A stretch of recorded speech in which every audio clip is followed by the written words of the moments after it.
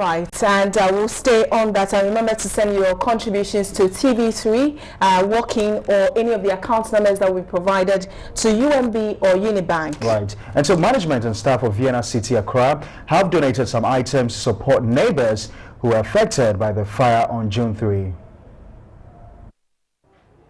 Items donated included bags of rice, water, food, cooking oil, among many others. Managing Director of Vienna City Accra, Ben Okai, called on the general public to continue to show support to affected individuals and communities. We are pleading, really pleading with other corporate institutions to come out and donate their widows money like we have done to the affected people, because you realize that a lot of people are homeless now. They don't even have food to eat. So we are pleading with all corporate institutions, even outside Accra, to give out. Over 150 people are said to have died in the twin disaster.